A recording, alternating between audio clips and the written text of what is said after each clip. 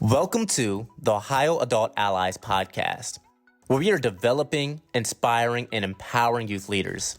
Today's topic is engaging young people with qualitative and quantitative data. Today we are talking with Evie Roberts. Sure. My name is Evie Roberts, and I work at Prevention Action Alliance as the coordinator of the Ohio Youth-Led Prevention Network Youth Council. I've been in youth-led prevention for about 3 years now. Michael DeLong. My name is Michael DeLong. I'm Youth for Impact Prevention, and I've been helping them for about 3 years now, and I first got involved with their TLC camp they host. Beth Thomas.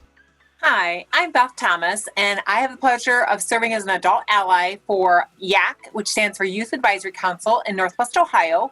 I started the program about 10 years ago, and now am taking more of a role as a supervisor and also with the implementation of our now school-based middle school program. Roshan Kumar.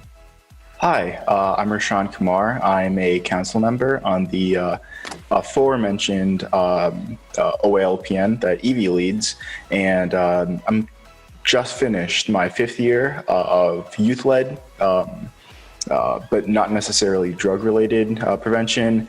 And I'm also part of Dublin's ACT Coalition, which is just the youth-led prevention between all 3 Dublin high schools. Molly Stevens. Yes, good afternoon. I'm Molly Stevens, and I am part of Impact Prevention, which is a nonprofit here in Lawrence County. And I work with our Impact team, which Michael talked about. I've been in the field of prevention and worked with youth-led since 1991, so 29 years. And I've got to see all the wonderful changes that are taking place with youth-led being grounded in science and theory. And your host, Holly Raffle. My name is Holly Raffle, and I'm a faculty member at Ohio University's Quantitative School of Leadership and Public Affairs. I work with the Ohio Adult Allies program, and I've been working in youth-led prevention in Ohio for about 10 years now. But my journey with youth-led prevention actually started much earlier. In the late 80s and early 90s, as a high school student, I participated in peer-led prevention. And so I always say that I've been called to this work. I definitely didn't choose it. It chose me. And so it's an honor to be here with you today. Engaging young people with qualitative and quantitative data. So to open up today's podcast, I have a question. How does your youth-led program use quantitative data? Rashawn, could you talk a little bit about how your youth-led program is using data? Of course, and I would like to preface this by saying I'm mostly speaking for OALPN. When I say that quantitative data for us is it's a lot of the data that we look at as a youth council. It's not everything that we present because obviously quantitative data is just statistics. So it's really, really boring. For lack of a better term. So it's the stuff that we go to meetings, we look at, and we break it down to put into simpler and sometimes even quantitative data terms so it's easier to digest. Thank you. Michael, what would you add about how your youth-led program uses quantitative data? We use quantitative data to compare trends. So see if something in a negative way is going up or a positive way is going up, and to choose our problem of focus. Thank you. Could you talk a little bit deeper about problem of focus? What is that, and how do you use data to come to a problem of focus? We compare between local surveys and the OES survey that Southern Ohio does. Let's say in their data it says nicotine usage is rising in e-cigarettes. So we'll use that data to decide, okay, then we're going to focus on having less youth using e-cigarettes, and that would be our problem of focus. And when you say problem of focus, focus on what? Can you just expand on that for me? What does that mean how would you explain problem of focus to someone who's unfamiliar? The problem of focus is what you're working on to if I'm working on problem focus with impact prevention, most of the time it's to raise awareness. So we're raising awareness about how nicotine is negative or harmful to you, and then things you can do to stay away from the negative parts. Absolutely. Thank you. Beth, could you give us a perspective from the Adult Ally on how quantitative data is used in your program? Sure. Our young people use quantitative data, just like Michael mentioned, to determine a problem of focus. So what they might do is they might look at the three biggest issues in our community by looking through our youth health assessment data. They may determine that vaping, alcohol use, or marijuana use are the biggest issues.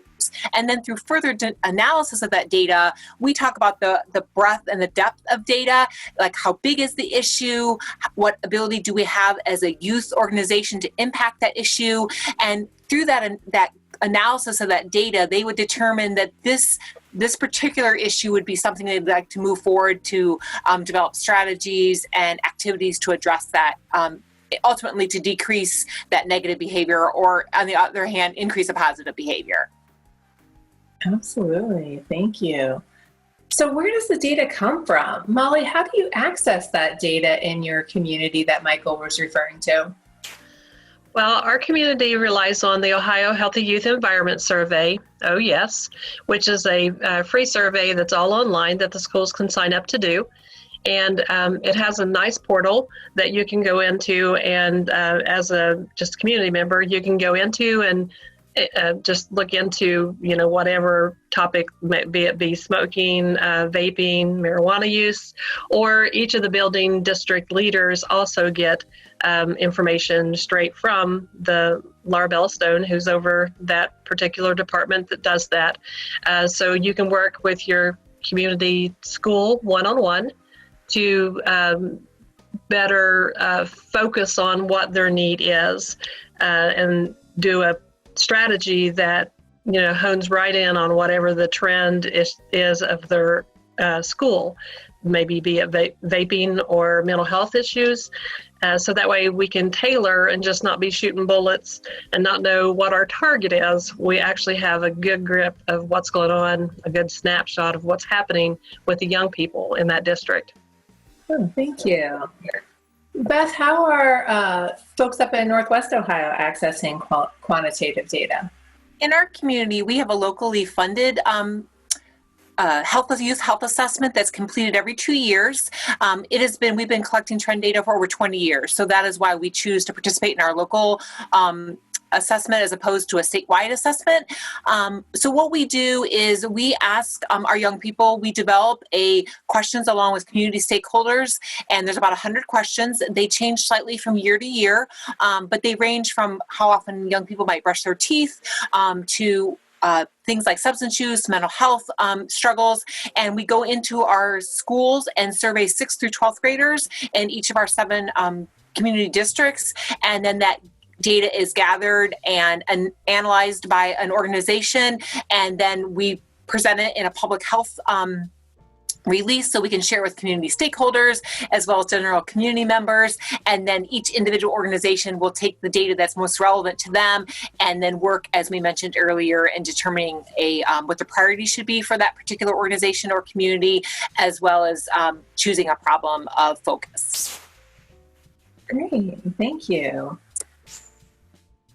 The next question is about presenting quantitative data for discussion. Evie, in your work, how do you present quantitative data for discussion among the OILPN participants? I do my best to prioritize data visualization. So charts, graphs, anything that helps young people to make sense of what otherwise would just be, raw data or raw numbers and might not really make sense to them.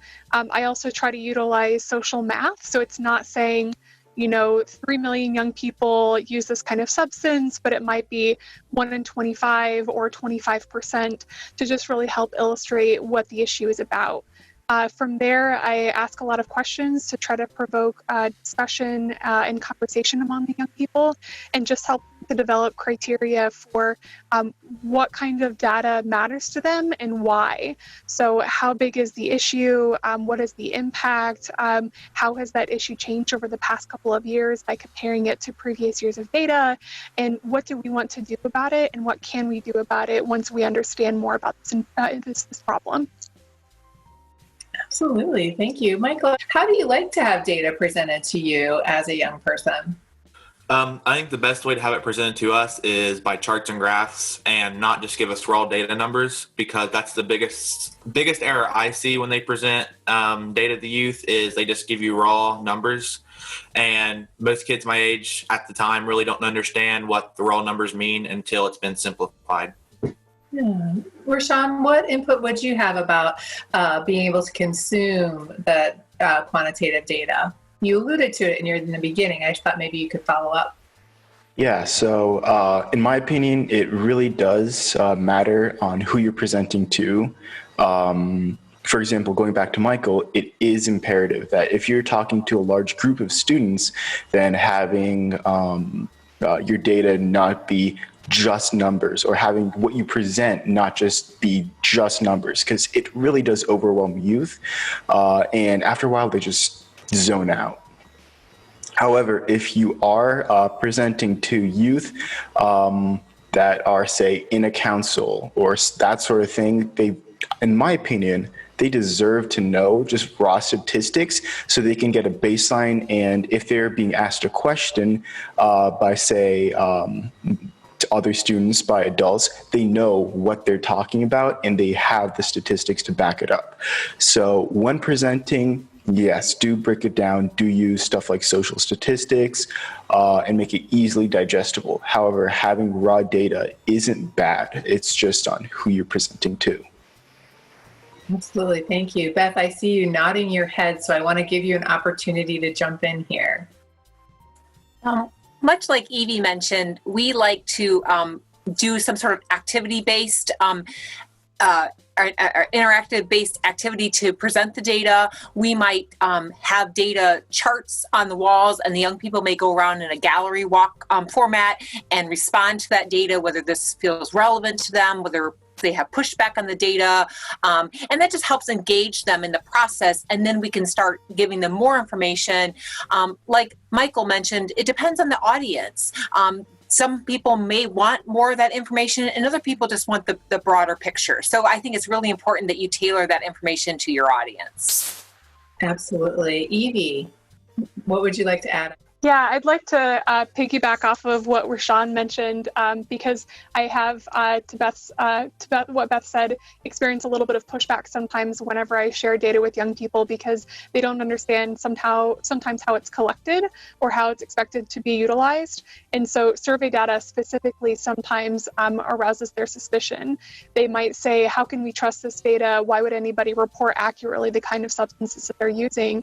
So first off, helping them to understand a little bit of the science that goes into survey creation, as well as the importance of looking at trend data over time to be able to address underreporting concerns goes a really long way towards securing their buy-in. Absolutely. Rashawn, I see you nodding your head. Would you like to jump in and piggyback off that? No, I was just reminiscing over the fact that Evie used that exact same information, and she basically taught us how to read trend data and how to accurately look at data over time during our council meetings. So I was just reminiscing over that, I guess. Thank you for sharing that experience. Why is it important for youth-led programs to use quantitative data?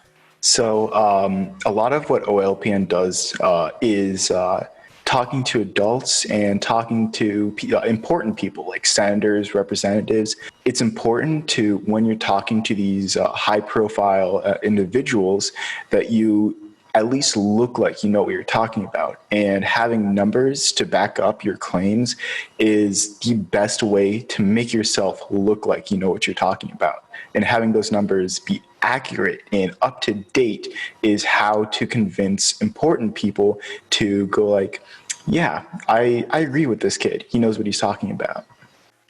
Yes. As I said, I've been working with youth-led programs for a while now, and I am very excited at the fact that we are now grounded in science and theory to the point that we do look into data, and our young people are working on a logic model, and they can talk to the senators and all these, various politicians or upper echelon people very knowledgeably because they've went through the process of working on a logic model and they know what's going on in their communities. They have a feel for the pulse of what's happening in their schools, and it empowers them to be able to talk to others about what we're doing and why we're doing it. And then, like I think I said earlier, if we don't really know what's going on in each different school, we are not being able to target specifically what needs to be done to make the school healthier. So I think that is a very valid reason why we have to have some type of baseline as to what's going on. So the first question is, how does your youth-led program use qualitative data? Beth? When I think about qualitative data, I think for me, it's about telling the story. So we might use qualitative data to tell the story of our coalition work, about what the community, how our community views a particular issue. It may be the story of our youth coalition.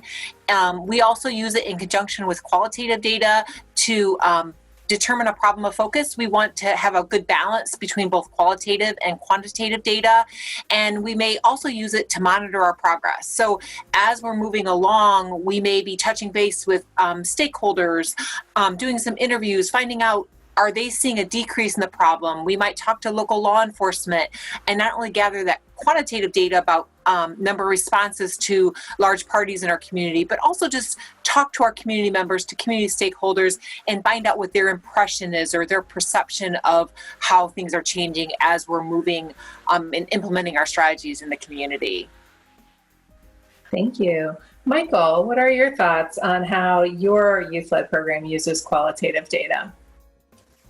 Just as Beth said, we talk to the people of the community and see how they see our community either going up or going down, and really take information they say to help get a problem of focus too, so we're not overly relying on one side over the other. Absolutely.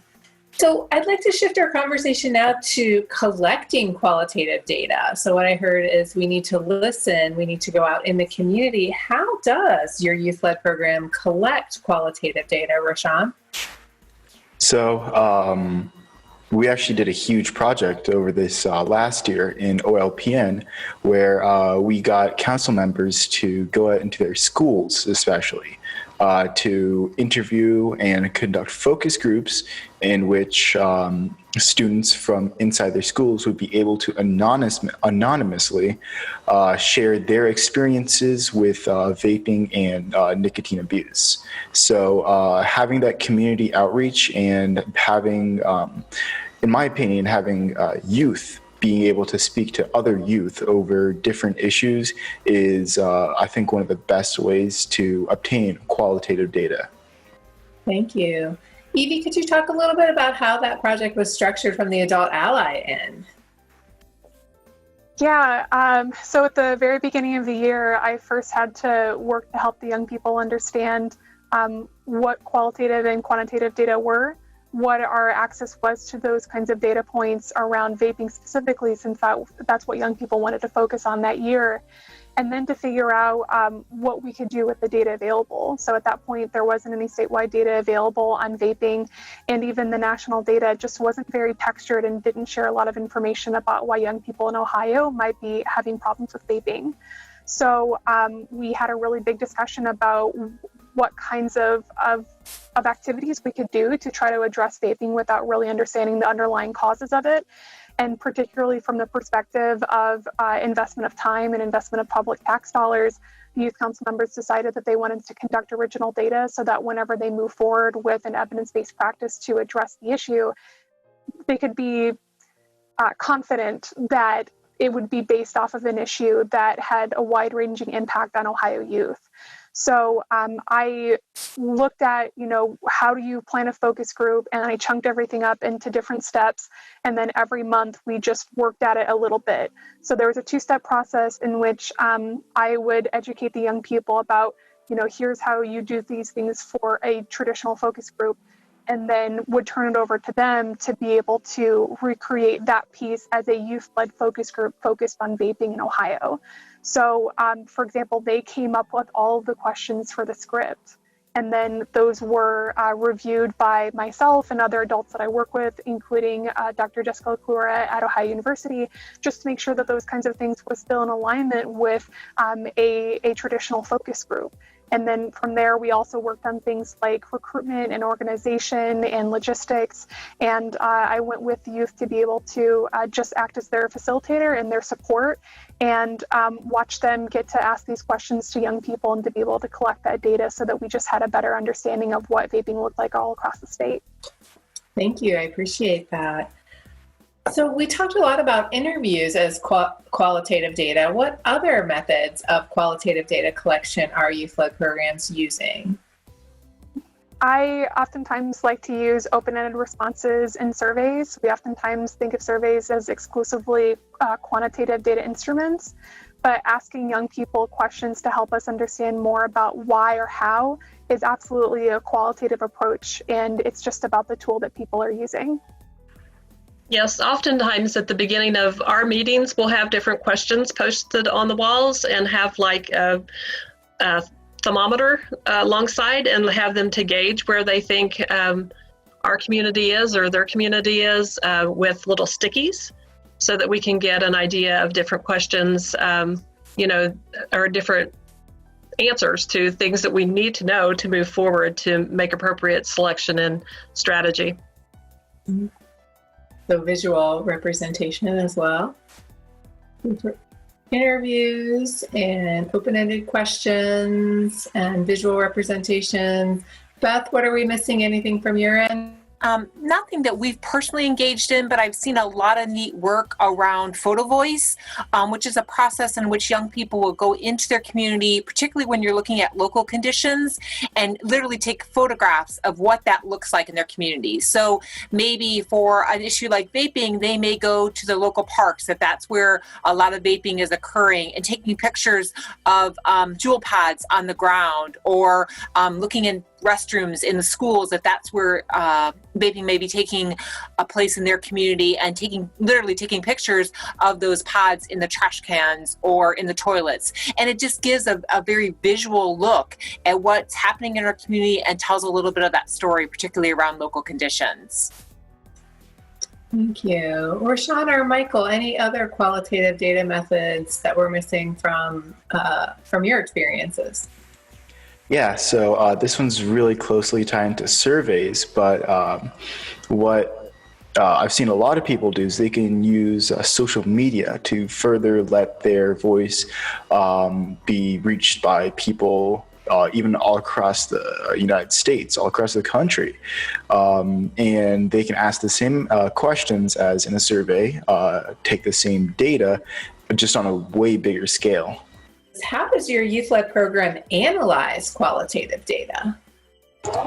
Yeah, so a lot of the qualitative data that we get into contact with kind of is discussed between the group in just a big circle, and a lot of it actually goes into the creation of what we call the strategic planning framework, the SPF, and we just have a big discussion of just all the qualitative data that we've gathered in our personal experiences, and then we write all of that down, and then we break all of that down, and we figure out which pieces of qualitative data can be backed up by quantitative data, which ones we feel most strongly about.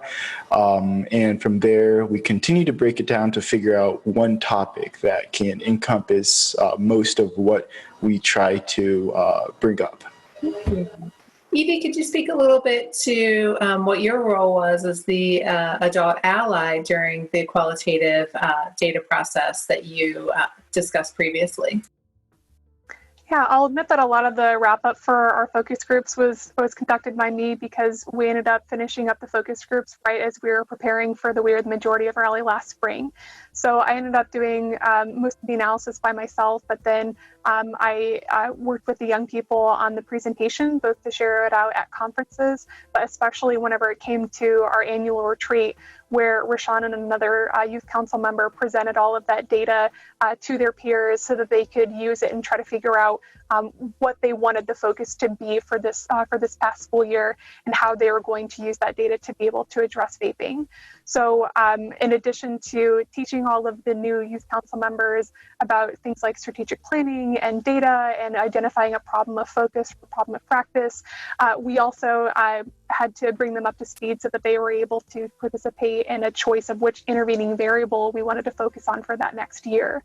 So I put up a series of giant sticky papers around the room that had a bunch of matrices that would help the young people to make a decision about what was most important to them. So it was things like how much of an impact is this intervening variable going to have if we're able to, if we choose this intervening variable, how big of an impact do we believe that it's going to have on the issue of vaping in the state of Ohio based off of what we've seen in our communities, but also based off of the qualitative data that we collected over the past year, and then juxtaposing that to things like capacity. So what's our ability to actually impact this variable?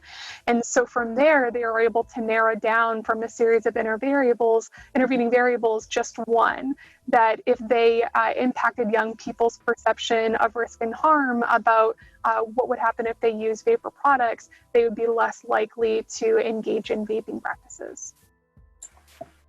Thank you. I appreciate that. Molly, how does your youth-led program use qualitative data to make decisions? Well, you have to have a pulse on your local conditions or your intervening variables in your community. For instance, recently we did focus groups around underage drinking, and it was found in our communities that problem that we had was lack of parental conversation with their young people about underage drinking and the dangers of. So because of that epiphany of information that we found by doing those focus groups, we realized that the environmental program, Talk They Hear You, would be the best program for us to implement in order to get parents the information that they need in their hands and the tools and the knowledge to be able to talk to their young people. And it's been pretty positive so far. We've gotten a lot of very good feedback from it. Evie, you talked a little bit about how your young people made decisions. What role does qualitative data play in that decision-making process? Well, one way to understand qualitative data is that it's essentially a collection of carefully curated stories that put together reveal a greater truth about something in our society.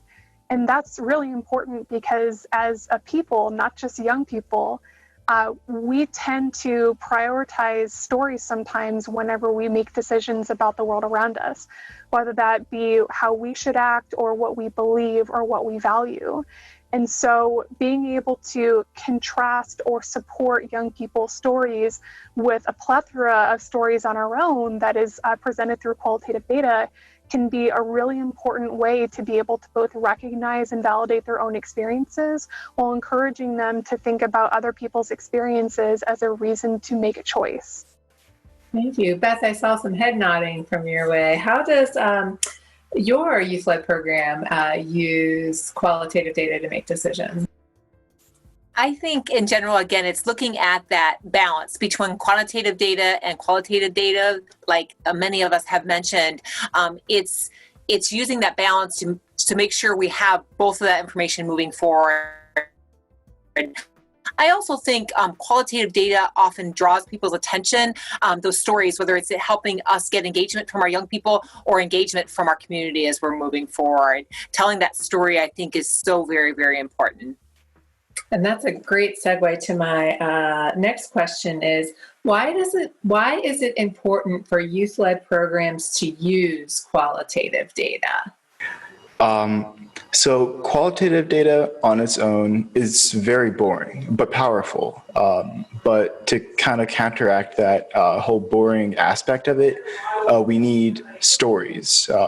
We need different parts of different stories all together to make a big story that can really tell everything in detail, while also providing a good segue for the actual number data. So, Rashawn, when you talked about quantitative or numerical data, you've used the word boring a couple of times. Can you unpack and help me understand what boring means to you? Yeah, so when you're in a meeting, when you're sitting around and hearing a bunch of statistics, it gets jumbled after a while because you don't have time to take and process that information and put it into your own terms. Say you hear something like 3 million youth are using tobacco or nicotine products every day. And if the speaker goes straight to their next point, you don't have time to understand the full scale of the full 3 million youth that are being impacted negatively by nicotine every day. And having qualitative data to just kind of add little breaks in the middle to really emphasize the scale at which the numbers are facing, then you can really drive your point across a lot better. Thank you. I appreciate that clarification. Michael, from your perspective, have you seen the sort of boring side of quantitative or numerical data? Can you talk about that a little bit from your experience? Personally, I love data. I think statistics is probably one of my favorite things to deal with. But among my peers, I see, as Rashawn said, that if a speaker goes from saying one point and then goes straight to the next, they really don't have time to process it, or they don't really have time to think, oh, I better write that down. That may be important. So they just kind of like go mind blank when they're listening. Thank you. And what draws you to quantitative data? I think just how my brain's wired, it's easier for me to take numbers and break them down. So I've always just loved, when I first started working with youth-led stuff, youth-led prevention, of dealing with the numbers part. What's your favorite part about dealing with numbers? Being able to break them down in a simplified version so I can pass the data on to my peers. And help me understand a little bit, if you will. I'm not picking on you, but the notion of breaking down. What does breaking down mean to you, just so I can get a better picture of what you're doing? Even though this isn't that big of a comparison, but let's say it says 50 out of 100 and you're going through, and let's say they don't truly understand that yet, or if I'm dealing with a younger group of kids, then I could break it down easily and say, okay, 1 out of 2 people experience this. Thank you. That's really helpful for me to understand that perspective. So I appreciate both of you elaborating on your answers. Evie, I see your hand is raised. Yeah, one of my favorite days out of the year is always Legislative Day. We both have one at the federal level where we go to Washington, D.C., and whenever we visit our legislators in Columbus. And there is nothing more satisfying to me, as somebody who loves politics and policy and the idea of civic engagement, than watching a young person be able to talk to their legislator or legislative aide in a way that both combines quantitative and qualitative data. They'll rattle off statistics that are either right in front of them on a handout that they give directly to the legislative aide, or just from memory based off of other questions that the person is asking. And their eyes will just bulge because you can tell that they did not expect this young person to start whipping out statistics. And they'll say, well, how can that possibly be? And that's where the qualitative data steps in. And they'll refer either to their personal experiences as an anecdote or to the qualitative data that's been collected and analyzed by somebody else. And that is incredibly persuasive. I really loved seeing it, especially this year, whenever my young people talked to their legislators about vaping, because it just seemed like they had this idea in their minds that, well, now that Tobacco 21 is passed, young people are no longer able to access tobacco products, and therefore we don't have to worry about this epidemic anymore. And the youth told them that is absolutely not true. They would explain to them that about 25% of young people have used vapor products within the past 30 days, and they would just do this double take and say, well, why? And so whenever the young people followed up to be able to explain that it's things like people not enforcing the rules, or maybe people at gas stations are allowing young people to access those kinds of products anyway, it just clicked in their mind but it really took that combination of both hard numbers and those stories to be able to convince them that this issue with vaping is nowhere near over. Thank you. Molly, I see you really smiling. And so I'm going to kind of wrap up, but I'm really curious if you had to give one piece of advice or one suggestion about engaging young people with data, what would that be? I think it would be to trust the process, because the first time I opened up and did this whole process with our group of young people at a back to school event, I was really nervous about it because I thought, oh my gosh, we're going to present all these graphs and charts and information, and I'm afraid it's going to be boring. But I found that our young people really blossomed from it, because we was looking to them for answers. We was looking to them to figure out, what in all this data do you feel is the most important thing, the hot topic button that we can move the needle on and do something with. And they dug into it. They really, put their all into it, and it made them empowered to experience, and brought them tighter together as a group. And I came out of that weekend just tickled to death, because I was scared and had no reason to be, because they had my back. Michael, what piece of guidance or advice would you give to either adults working with data or to other young people who are working with data? When you're presenting it to the youth, break it into segments. Don't go an hour or 45 minutes straight into data. Maybe split it up into 2 30-minute segments and a 5-minute mind break in the middle. Absolutely. Beth, what guidance would you give? I think, in echoing Molly's comments, is don't underestimate these young people. While data, as our young people have shared today, can be boring, I think as an adult, if you take the time very intentionally, making sure you're putting in a format that may make sense, like Evie referred to, using social math, or Michael talked about the fact that you can break it down so it's a little bit more relevant to them.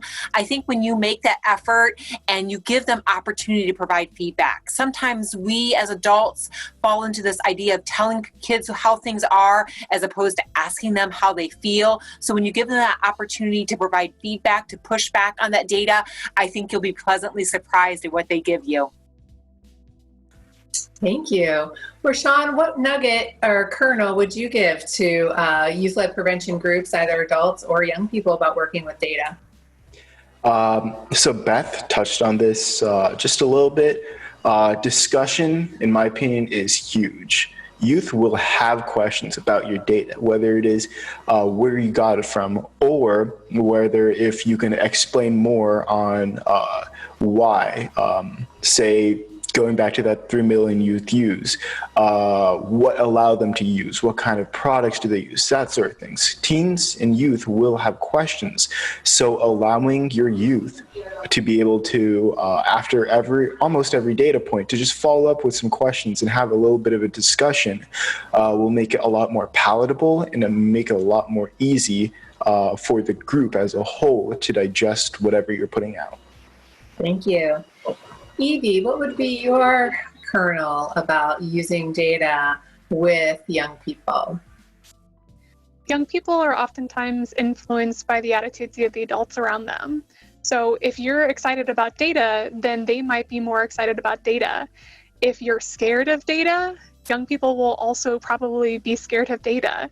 So obviously I have not successfully convinced Rashawn about the exciting reasons to be thrilled about quantitative data, but I like to think that perhaps some of my genuine excitement about developing and analyzing qualitative data is possibly reflected in his comments about it today, and that will hopefully go on to follow him wherever he goes next.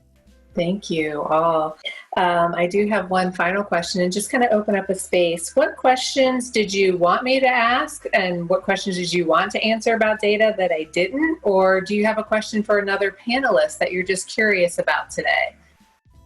I have a question for Beth because since I also get to work with Isabella, who's both a member of the Youth Council and then also Beth's Youth Advisory Council, I was just curious, Beth, if you could speak to how long the adult allies on the YAC spend talking about the annual assessments that your county conducts, because Isabella really knows what she's talking about, and it seems like the rest of the young people from YAC that I've interacted with are also really familiar with it. So I'm just trying to get a sense of how long that took to be able to build that excitement and that comprehension of that kind of data. Sure. Thanks for the question, Evie. I think kind of like Michael, Isabella, who you're speaking of, has an interest in data, which certainly is part of the process. I can't say that all of our young people share quite her level of enthusiasm, but I think it starts with probably about 6 or 8 years ago, we started inviting our young people to attend the public release. And it is usually an 1.5 to 2 hour session in which our the organization that pulls our data together presents. It's a PowerPoint presentation in which they step through the different data points, again, allowing for pushback, for questions, for clarification. And I think that really allowed the young people to truly understand that this wasn't just something we pulled off a shelf, that was living and breathing data. And so that's kind of the initial thing. And every year we have probably 4 to 8 young people that attend that public release. And then once we are working directly with the entire youth council, because of our funding, we have a tendency to focus specifically on substance use data as opposed to broader data. But we certainly recognize the tie between substance use and mental health and some other issues. So some of that data is brought in as supporting data as well. But then we may spend 2 or 3, 4 or 5 sessions, depending on how things are going. We meet twice a month in analyzing that data, presenting that data, discussing that data, giving young people that opportunity, like Michael and I think Rashawn talked about as well, to push back on that data, to make sure that they're understanding the data, where it came from, is it reliable? Again, we rely heavily on that trend data, which I think helps young people put it all into perspective. So as we close, I want to thank you all again for spending your time. I know your time is valuable with us today, discussing data, quantitative and qualitative. We have a lot going on in our country in terms of COVID-19, in terms of civil unrest and civil uncertainty, and the fact that you chose to come here today to talk about the role that data plays in empowering all of us to do what we can to keep our community safe and healthy, and I really appreciate that. So thank you all, and hopefully I'll see some of you on another podcast soon. Have a great day. Thank you for listening to the Ohio Adult Allies podcast. You can find more of our episodes on iTunes, Spotify, or Google Play by searching Ohio Adult Allies. Episodes are available at www.ohioadultallies.com.